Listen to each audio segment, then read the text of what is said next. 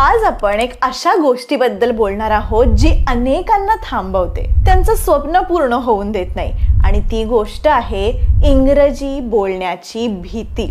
माझी एक फ्रेंड होती, हुशार होती, शिकलेली होती, पण जेव्हा इंटरव्ह्यूमध्ये तिच्याकडे इंग्रजीत प्रश्न विचारले गेले ना, तेव्हा ती एकदम गोंधळून जायची. तिच्या तोंडातून शब्द बाहेर फुटायचेच नाहीत, आणि ज्याची उत्तर तिला माहिती होती पण तरी ते देखील ती देऊ शकायची नाही, जस्ट बिकॉज इंग्लिशमध्ये ते प्रश्न विचारायचे. आणि त्या एका क्षणाने तिचा आत्मविश्वास, तिचं स्वप्न सगळं काही मोडलं, फक्त एका भाषेमुळे, ते म्हणजे इंग्लिश.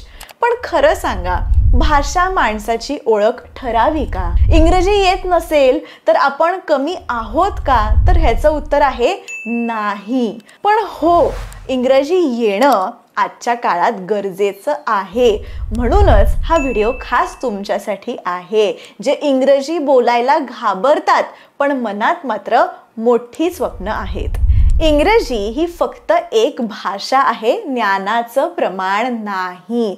आपण सगळेच आयुष्यात कधी ना कधी अशा परिस्थितीत आलो आहोत जिथे एखादी व्यक्ती इंग्लिशमधून मोकळेपणाने बोलताना दिसली की आपल्या स्वतःविषयी ना संकोच वाटतो. आपल्याला वाटतं की अरे, आपण कमी आहोत का? आपल्याला काही येत नाहीये का? आपण इम्प्रेशन नाही पाडू शकत. पण जरासं थांबा आणि जरा विचार करा की इंग्रजी ही एक भाषा आहे. ओके, बुद्धिमत्तेचं किंवा ज्ञानाचं काही मापन नाहीये. जसं गणपतीला मोदक प्रिय असतो, पण त्याने ते न खाल्ल्याने तो गणपती काही कमी होतो का? नाही ना.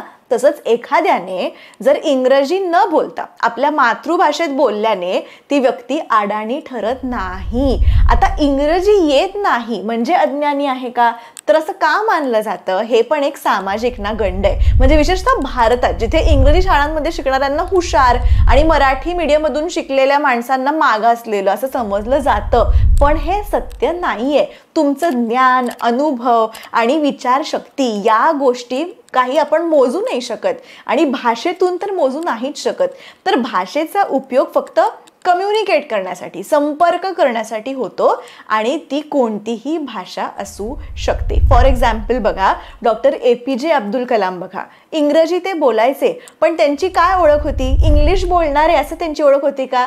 तर नाही. त्यांच्याकडे विज्ञानाचं भरपूर नॉलेज होतं, देशभक्त होते ते, ह्या सगळ्याची त्यांची ओळख होती. म्हणजेच काय, तर बोलणं म्हणजे बुद्धी नव्हे, आणि इंग्रजी येणं म्हणजे यशस्वी होणं असंही काही गणित नसतं. फक्त आजकालच्या काळाची गरज झाली आहे. का? तुम्ही इंटरव्ह्यूला जाता, इंटरव्ह्यू इंग्लिशमध्येच होतात. आपण कुठलीही नवीन गोष्ट घेतो, फोन घेतो, फ्रीज घेतो, इन्स्ट्रक्शन मॅन्युअलवर इंग्लिशच लिहिलेलं असतं. आपल्याला जर नवीन गोष्टी शिकायच्या आहेत, जगभरात काय चाललंय हे जाणून घ्यायचंय, तर मोस्टली इंग्लिशमध्ये या गोष्टी असतात. त्यामुळे this is the current need to learn English and to speak in English confidently.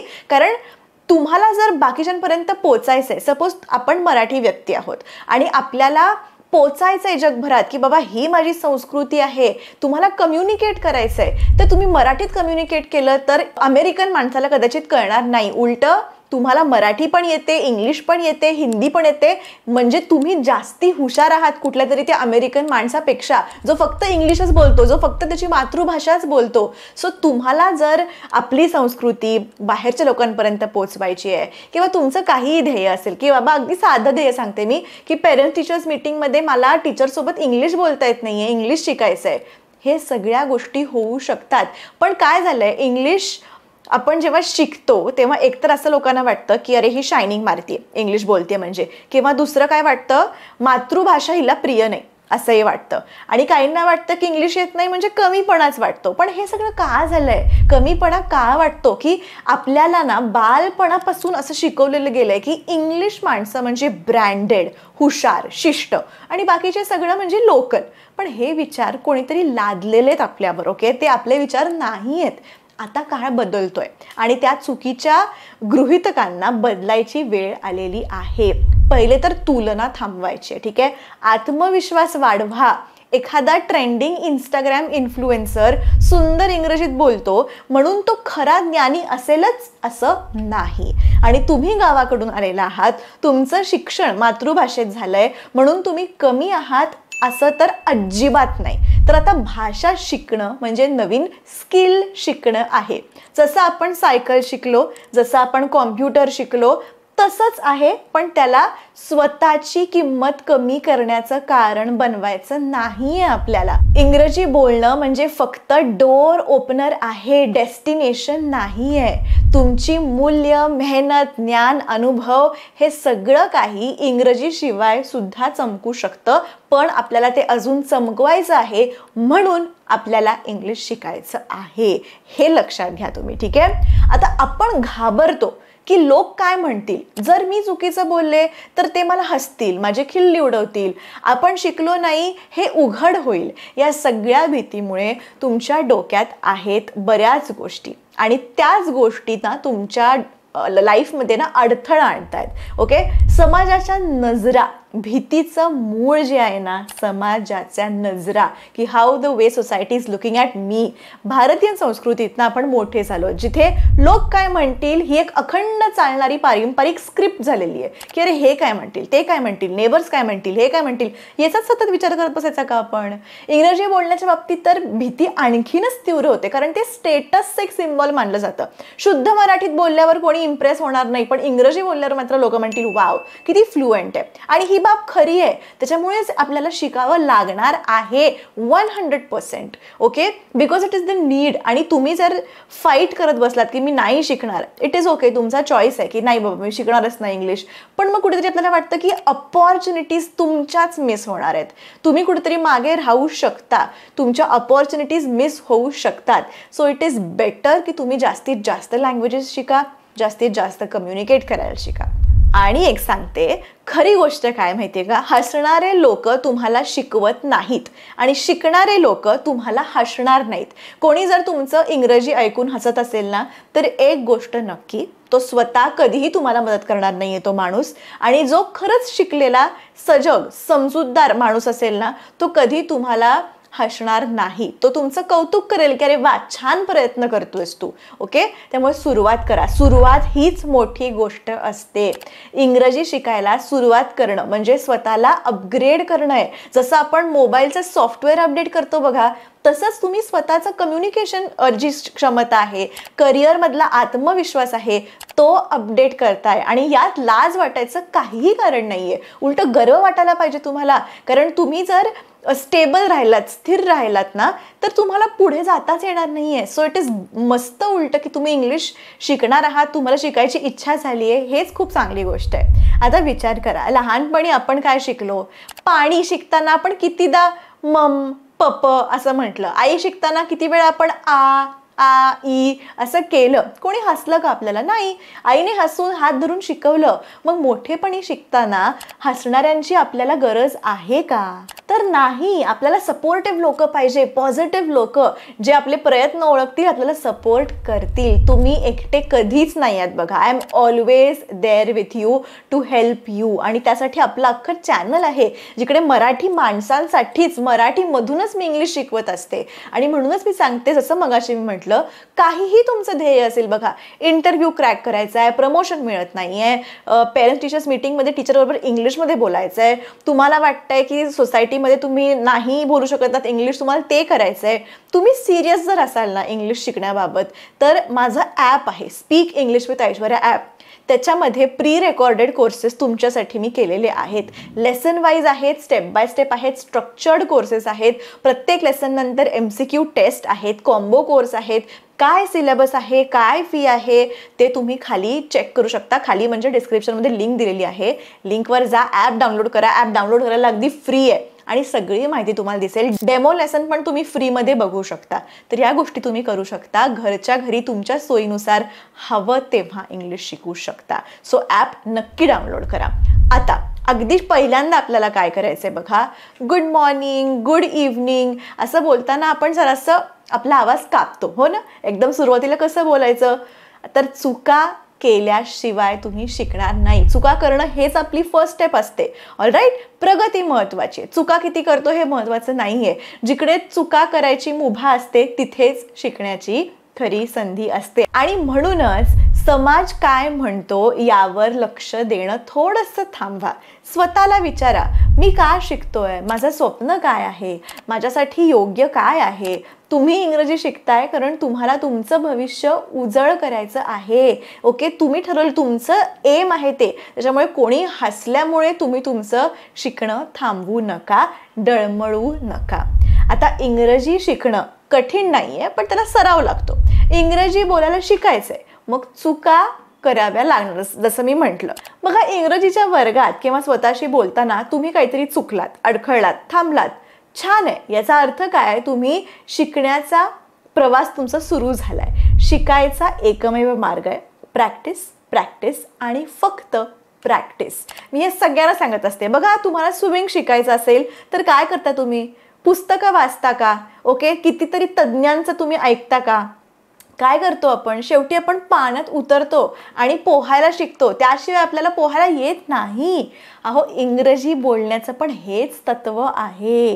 पण आता प्रॉब्लेम काय येतो, तर सुरुवात कुठून करू मॅडम, तेच माहिती नाहीये. तर दररोज फक्त 15 मिनिटं आरशासमोर उभं राहा आणि बोला.